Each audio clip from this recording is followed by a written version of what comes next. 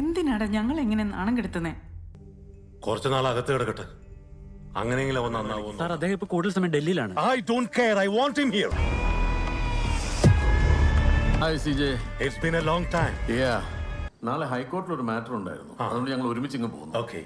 Halo sahabat, Assalamualaikum. Semoga sehat selalu dan senantiasa berbahagia.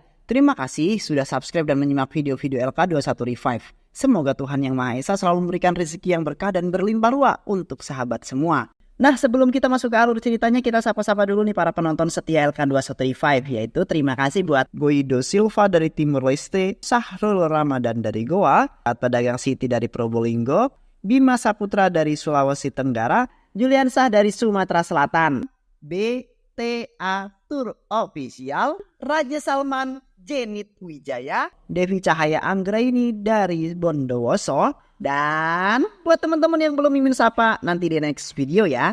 Oke, kali ini LK21 Revive akan membawakan sebuah alur cerita film yang berjudul Neru. Bagaimana keseruan filmnya? Gak perlu banyak basa-basi, ini dia alur ceritanya.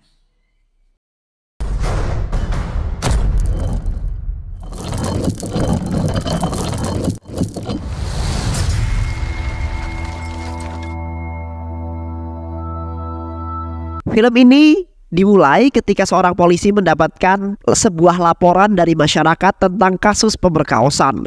Polisi ini yang mendapatkan laporan itu langsung berangkat menuju ke TKP. Ternyata korban dari kasus pemerkosaan itu adalah seorang wanita yang buta yang bernama Sarah. Sarah diperkaos ketika sedang sendirian di dalam kamarnya. Anjay, sedih banget ya sih. Diketahui emak dan bapaknya Sarah sedang pergi ke sebuah pesta pernikahan, sedangkan perawat sedang pergi ke bank untuk melakukan peminjaman uang. Inspektur Vargas yang menangani kasus tersebut kemudian membawa Sarah ke rumah sakit untuk dilakukan sebuah visum.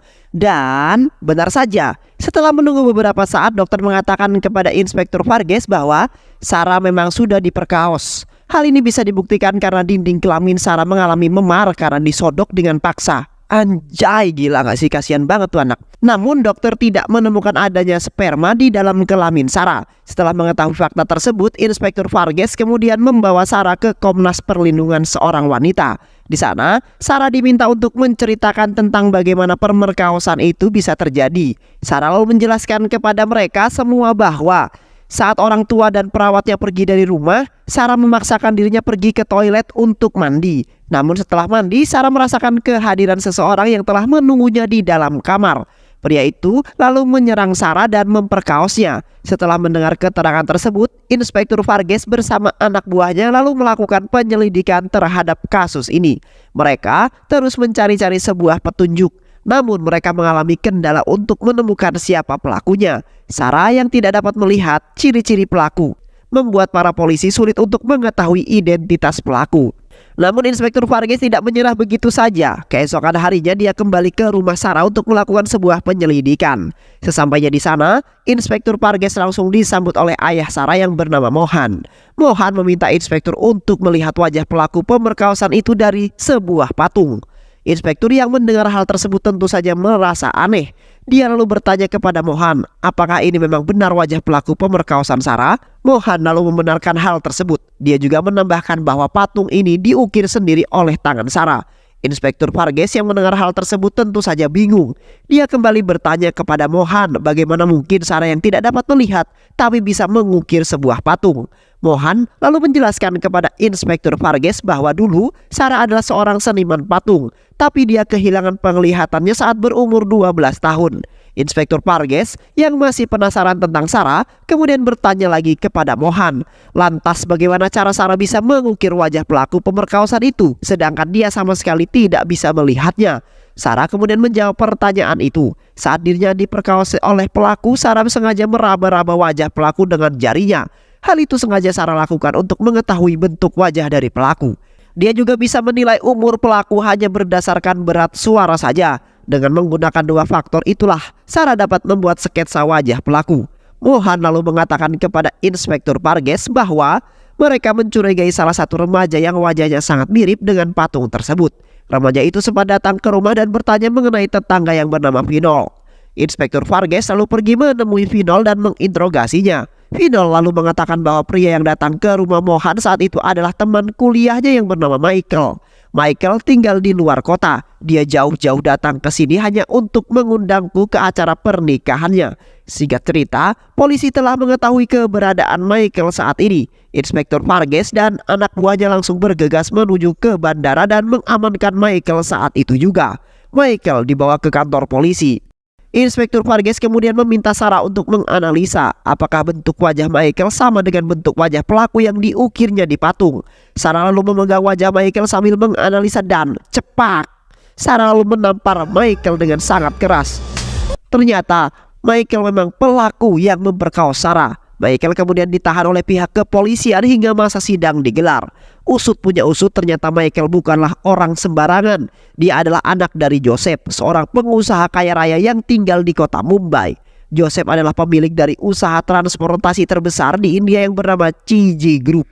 Joseph yang mengetahui kabar tentang putranya itu kemudian pergi dari Mumbai menuju kota Kerala. Joseph lalu bertemu dengan Michael, anaknya. Joseph mengatakan kepada Michael bahwa dia sangat kecewa atas kelakuan Michael. Kamu itu akan menikah, nak. Lantas mengapa kamu malah memperkaos wanita lain? Ujar Joseph. Namun Michael sama sekali tak mendengarkan kata-kata ayahnya tersebut. Dia mengabaikan Joseph dan kembali ke dalam selnya. Setelah selesai menemui Michael, Joseph lalu didesak oleh istrinya sendiri untuk segera membebaskan Michael bagaimanapun caranya. Kata-kata istri itu membuat Joseph pada akhirnya memanggil teman pengacara yang bernama Raja Sekar. Raja Sekar adalah seorang pengacara yang paling tersohor di kota Kerala. Namun saat ini sedang berada di kota Mumbai. Atas panggilan dari Joseph, Raja Sekar kemudian terbang ke kota Kerala untuk menangani kasus anaknya tersebut.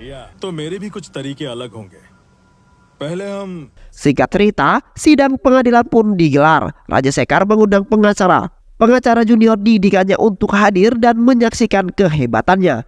Raja Sekar kemudian memberikan runtutan dan penjelasan kepada sang hakim.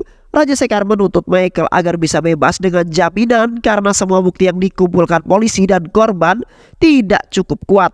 Mereka tidak memiliki saksi dalam kejadian itu. Mereka juga tidak memiliki sidik jari Michael yang diduga pelaku pemerkosaan. Selain itu, dokter juga mengatakan bahwa dia tidak menemukan sperma di dalam kelamin Sarah. Mereka hanya bisa menuntut Michael cuma berdasarkan wajah patung yang dibuat oleh korban saja. Pertanyaannya adalah bagaimana mungkin korban bisa mengukir wajah pelaku sedangkan dia saja tidak bisa melihat. Pihak Sarah sama sekali tidak mampu membantah pernyataan itu. Hakim kemudian memutuskan Michael akan dibebaskan dengan jaminan sambil menunggu persidangan berikutnya.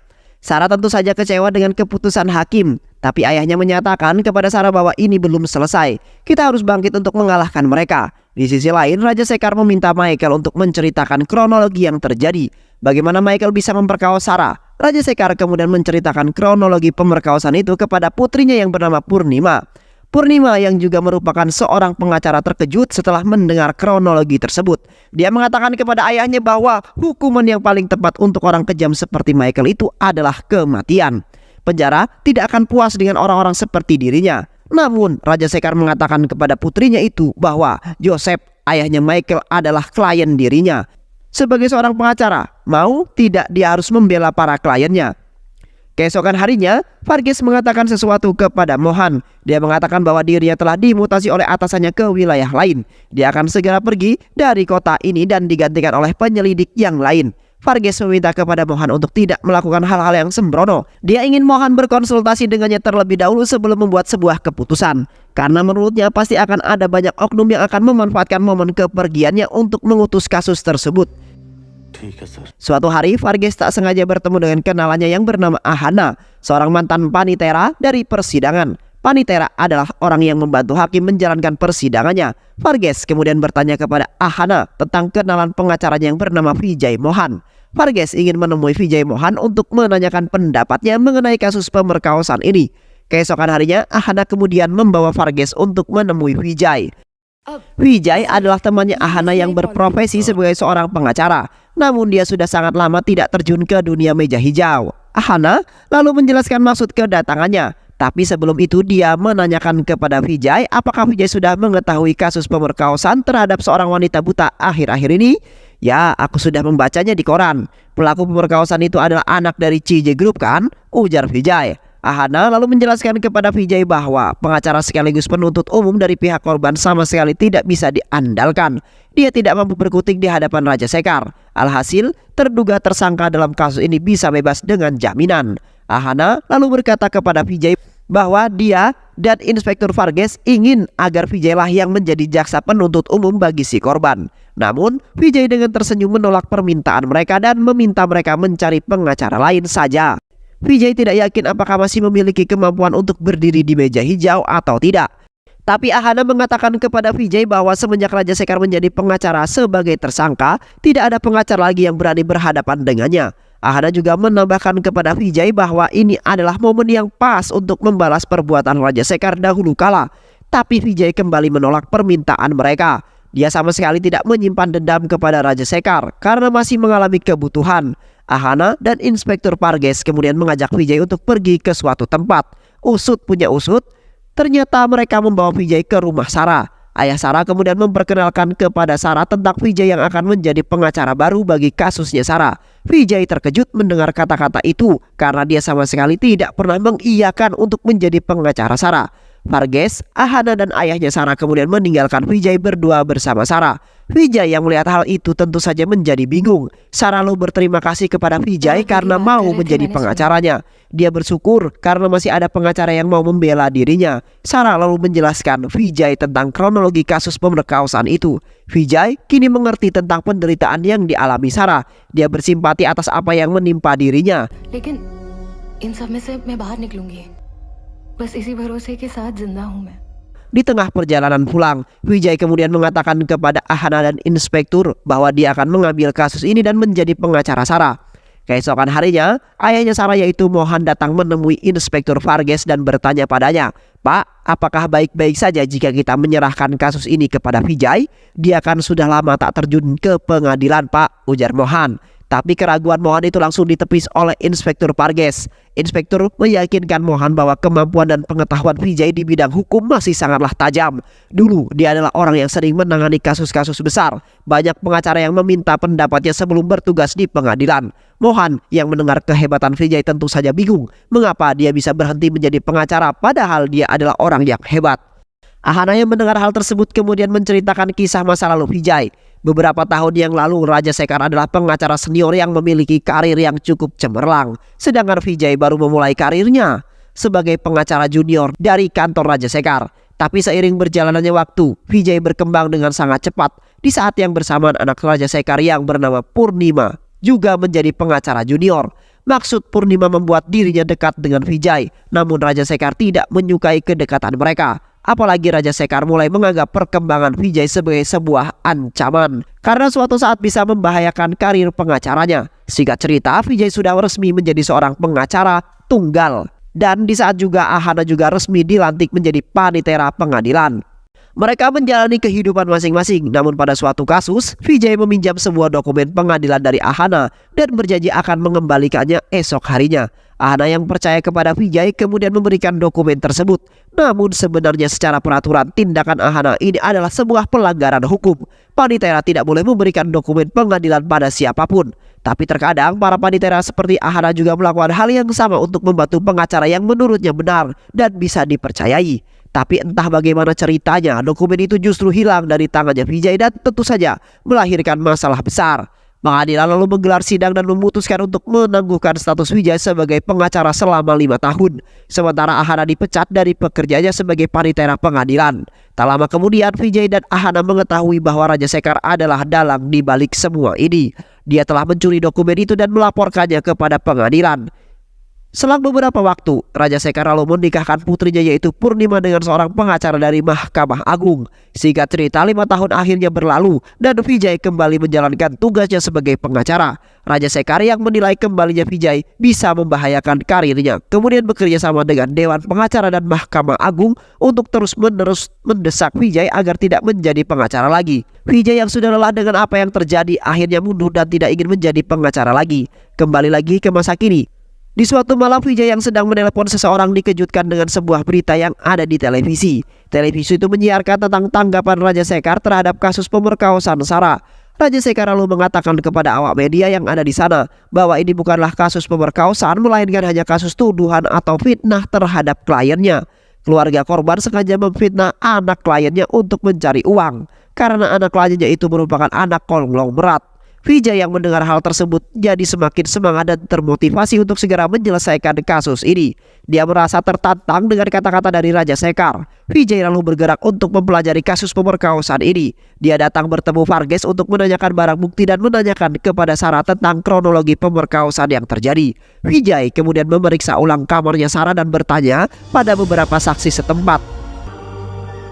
Varghese kemudian menjelaskan kepada Vijay bahwa berdasarkan hasil visum terdapat zat kimia yang berada di dinding kelamin Sarah dan zat kimia itu ternyata berasal dari balon pengaman burungnya Michael. Polisi menemukan balon pengaman itu di dalam dompetnya Michael. Namun yang menyulitkan penyelidikan ini adalah karena di sana tidak ditemukan adanya sidik jari Michael. Varghese juga menjelaskan bahwa Michael sempat datang ke rumah temannya yang bernama Vinod 1 hari sebelum kejadian. Vinod merupakan tetangganya Sarah. Beberapa hari kemudian pengadilan kembali menggelar kasus pemerkosaan ini. Ahana lalu meminta izin untuk membawa temannya yang bernama Aswanti ke dalam pengadilan. Aswanti adalah seorang pengacara junior. Tak lama kemudian Raja Sekar tiba di pengadilan. Dia terkejut melihat Vijay yang kembali menjadi pengacara. Singkat cerita, sidang pengadilan pun dimulai. Vijay meminta Sima, perawat Sarah, untuk menyampaikan kesaksiannya. Sima lalu menjelaskan kronologi pemerkosaan itu pada saat orang tua Sarah pergi ke acara pernikahan. Sima hendak pergi ke bank untuk meminjam sejumlah uang. Dia mengatakan kepada Sarah jika dia akan mengunci semua pintu yang ada di rumahnya. Namun setelah sampai di rumah, Sima terkejut melihat Sarah yang sudah ketakutan. Saat itu juga Sima mengetahui bahwa Sarah sudah diperkaos. Setelah mendengar kesaksian Sima, Raja Sekar kemudian bertanya kepada Sima yang membuat Sima menjadi bingung tidak berkutik. Berdasarkan penjelasannya tadi, bukan tidak mungkin bagi ayahnya Sarah kembali ke rumahnya dan membuka pintu, karena dia pasti memiliki kunci yang sama dengan milikmu.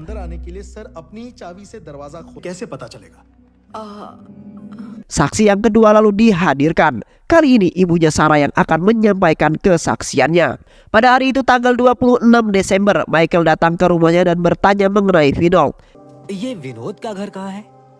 Tapi sebelum dia bertanya, Sima, Sarah dan kedua orang tuanya sedang berdiskusi mengenai nasib Sarah. Apakah Sarah tidak apa-apa jika ditinggal di rumah sendirian dari jam 11 hingga jam 2 siang?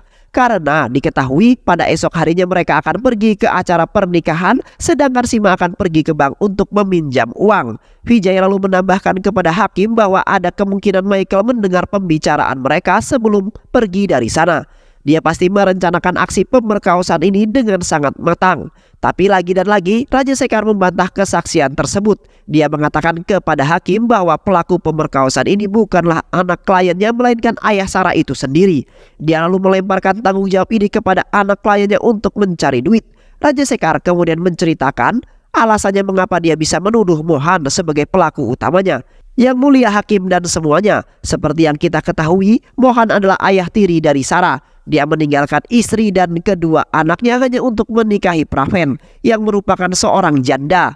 Waktu itu Sarah berumur 6 tahun dan kini dia telah dewasa. Mohan pasti memanfaatkan momen kepergian mereka untuk memperkaos Sarah karena Sarah sudah menggoda sekarang, ujar Raja Sekar.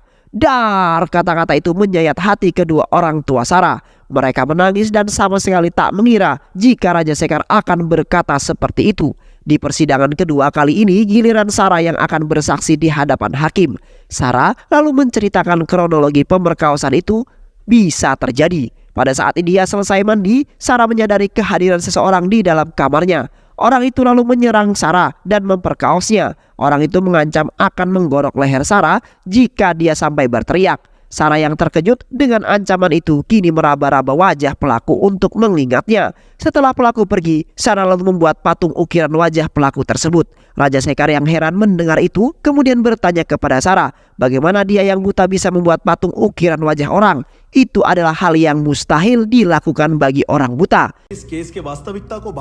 Sarah lalu menjelaskan kepada Raja Sekar sebelum dia kehilangan penglihatannya. Di umur 12 tahun, dia sempat belajar seni mematung dari ayahnya.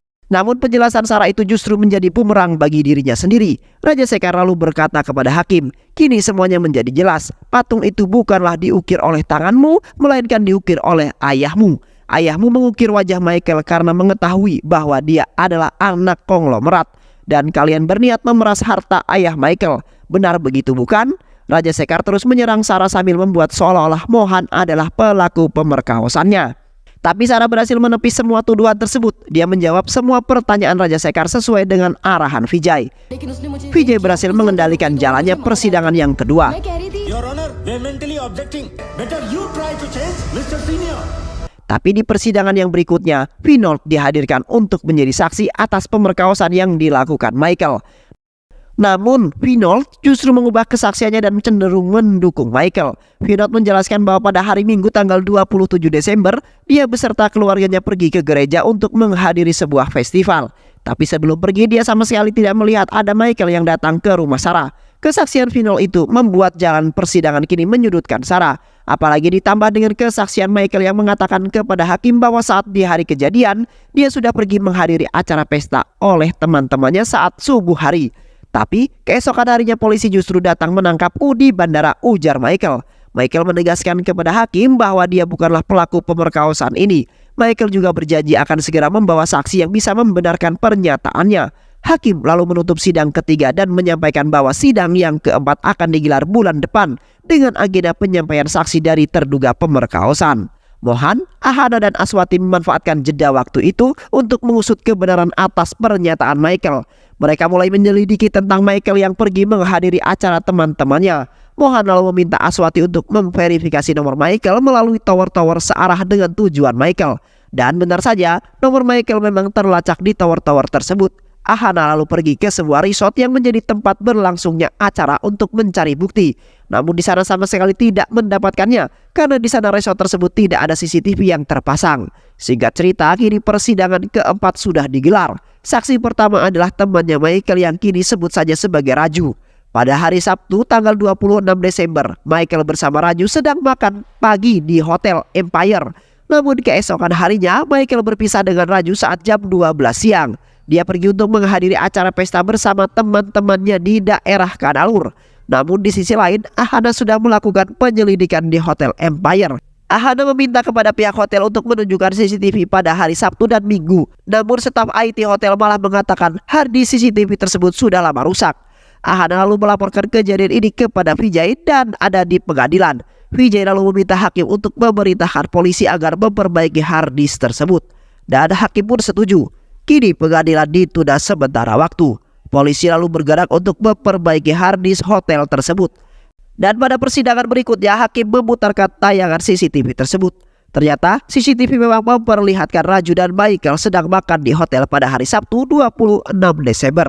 Rekaman CCTV ini diperkuat dengan kesaksian staf IT hotel terakhir secara diam-diam menyimpan kamera tersembunyi dan merekam video percakapan dengan seorang yang memaksanya. Staf IT hotel berjanji akan memberikan semua video itu dengan syarat Inspektur Varghese akan melepaskannya.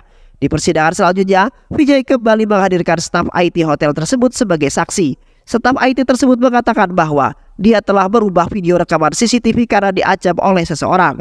Tak hanya itu saja, Vijay juga menjelaskan kepada hakim bahwa video yang diputar kemarin adalah video palsu. Video itu adalah dua video yang berbeda, namun telah diedit seolah-olah merupakan video yang sebenarnya. Vijay meminta hakim dan semua orang yang ada di sana untuk melihat cermin yang mengarah ke dapur. Pada awalnya, saat restoran hotel tersebut kosong, tidak ada pengunjung.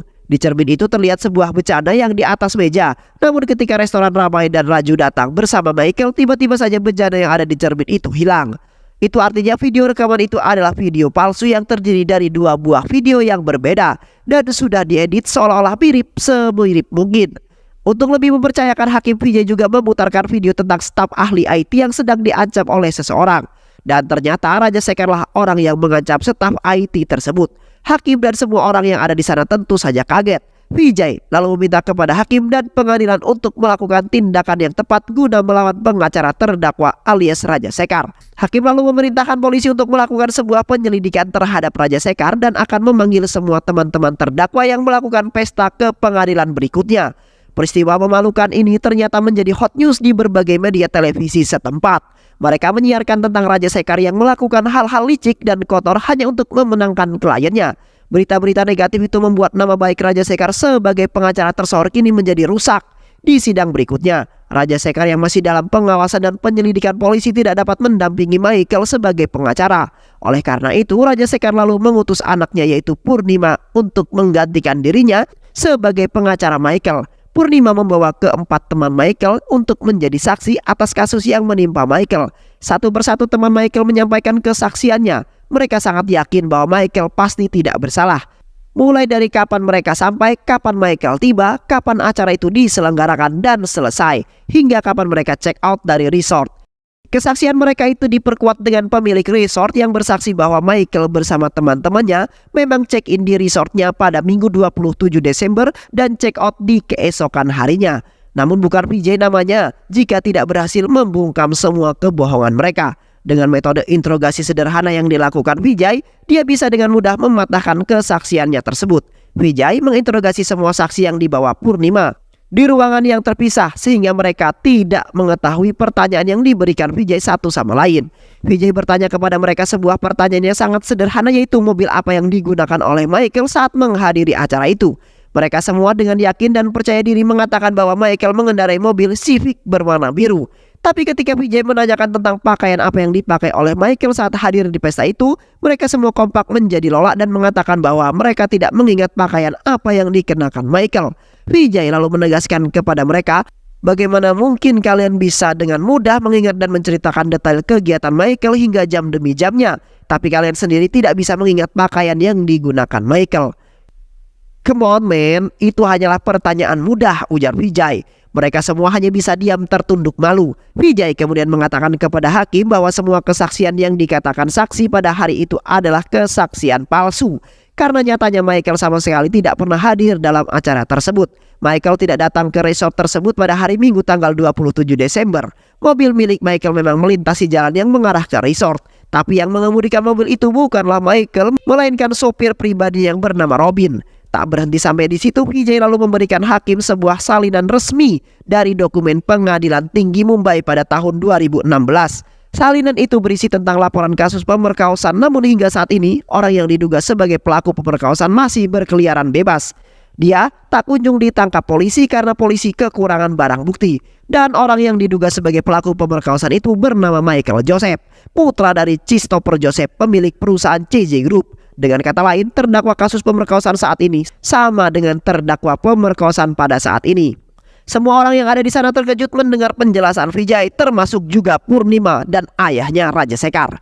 Vijay menambahkan kepada hakim bahwa Michael memang memiliki kebiasaan untuk melakukan pemerkosaan. Kata-kata Vijay itu menjadi akhir dari persidangan kali ini. Hakim lalu memutuskan bahwa sidang kali ini ditutup dan sidang terakhir akan digelar pada minggu depan. Tak lama kemudian Vijay mengatakan kepada Mohan bahwa dia tidak bisa menjamin 100% Michael dapat dijebloskan ke penjara. Walaupun Vijay berhasil mengungkapkan semua kebohongan Michael, tapi ternyata Vijay sama sekali tidak memiliki bukti yang cukup kuat. Apalagi saat ini tidak ada saksi langsung yang menyaksikan kejadian tersebut. Namun Vijay akan tetap memberikan yang terbaik pada kasus ini di pengadilan terakhir nanti.